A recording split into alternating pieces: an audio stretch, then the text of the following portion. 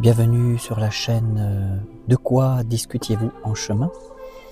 Et maintenant, nous allons parcourir encore 10 minutes de lecture du livre de Saint Alphonse Marie de Liguori sur l'art d'aimer Jésus-Christ. Nous sommes dans la deuxième partie. On raconte pareillement d'un pieux solitaire que, cheminant par la campagne, il lui semblait entendre les fleurs et jusqu'au brin d'herbe lui reprocher sa méconnaissance des bienfaits de Dieu. Il les frappait doucement de son bâton en disant « Taisez-vous, taisez-vous, vous me traitez d'ingrat, vous me dites que Dieu vous a créé pour moi et que je ne l'aime pas. Allons, je vous ai comprise, silence, silence, cessez vos reproches. » Eh bien, celui qui a dit cela, c'est saint Paul de la Croix, 1694-1775, qui a mené un temps la vie érémétique, donc un ermite, avant de fonder la congrégation des passionistes. Il fut l'ami de l'oncle maternel de saint Alphonse, monseigneur Cavalieri, sans doute témoin ou confident de la scène. Et si vous voulez lire l'entièreté de ce récit, le tout est rapporté par Pio del Nome di Maria dans sa vie du bienheureux Paul de la Croix.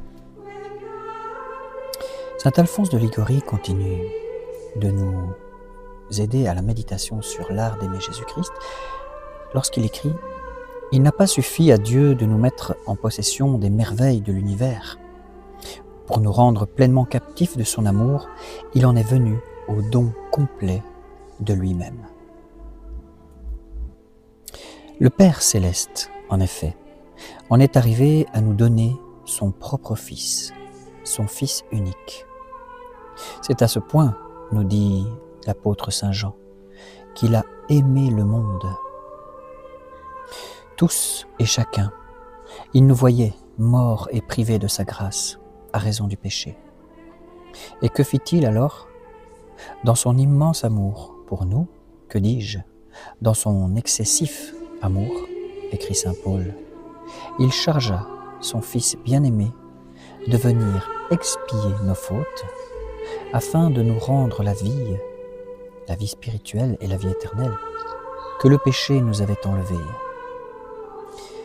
En nous donnant son Fils, qu'il a livré pour nous tous, ne l'épargnant pas afin de nous pardonner à nous, pouvait-il ne pas nous donner en même temps et sa grâce, et son amour, et son paradis?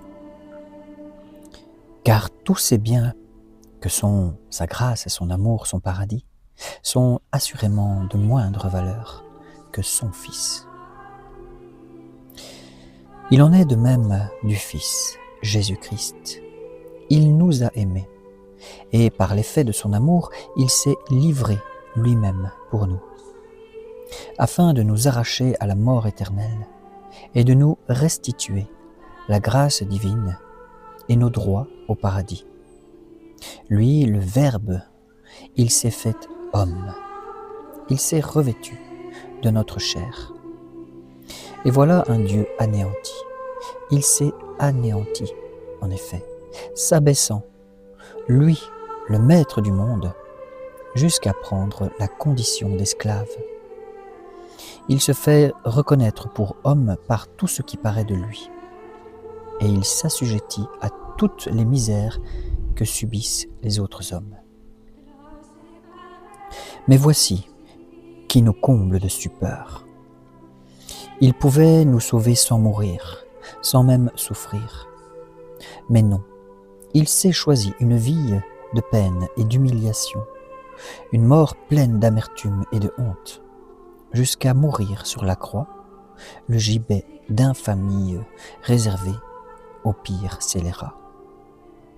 Il s'est abaissé lui-même, se faisant obéissant jusqu'à la mort et à la mort de la croix, nous dit Paul dans sa lettre aux Philippiens.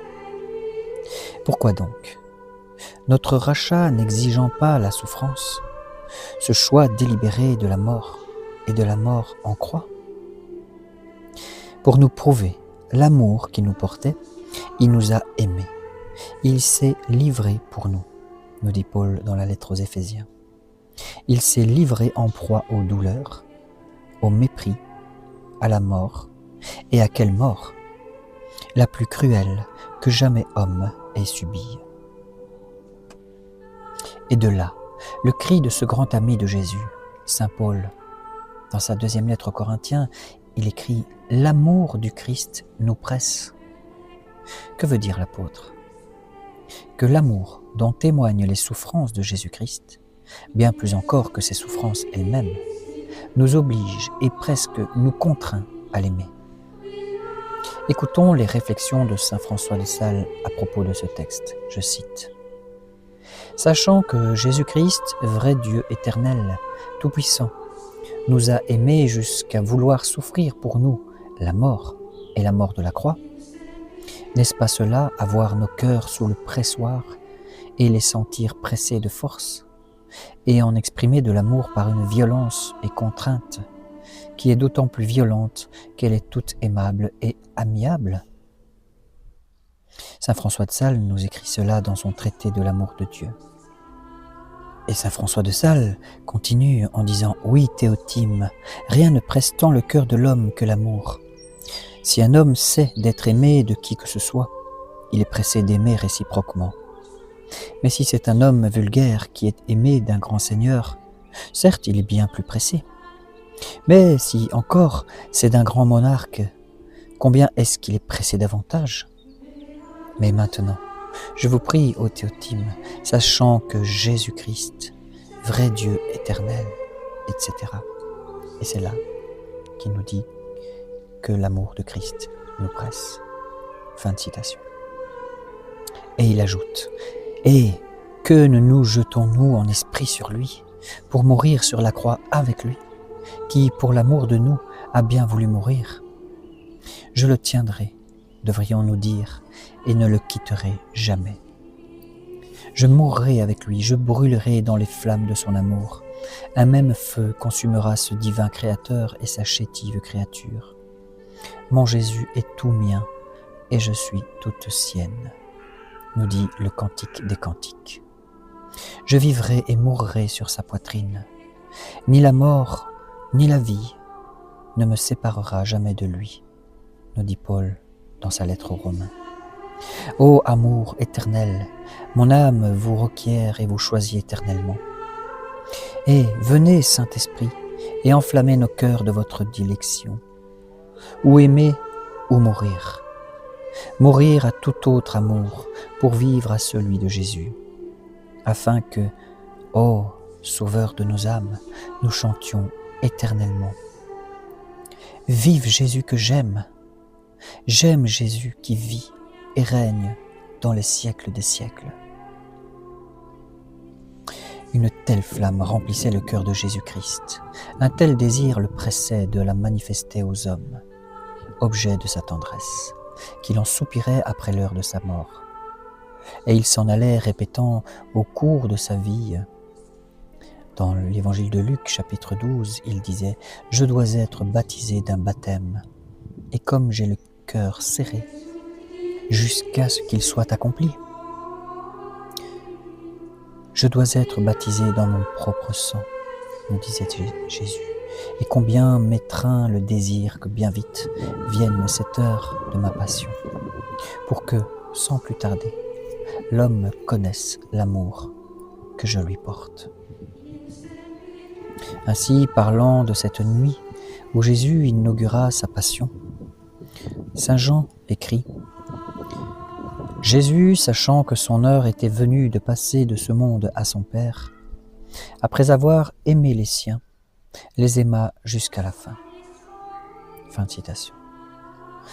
Cette heure, celle de sa mort, le divin Rédempteur l'appelle son heure. Ora Iesus, Ieus. C'est quelle était l'heure désirée, l'heure où il pourrait donner aux hommes la preuve suprême de son amour, en mourant pour eux sur la croix, consumé de douleur. Rendez-vous dans la prochaine vidéo. N'oubliez pas de prier, de vous abonner, de commenter et de partager pour la gloire de Dieu et le salut du monde.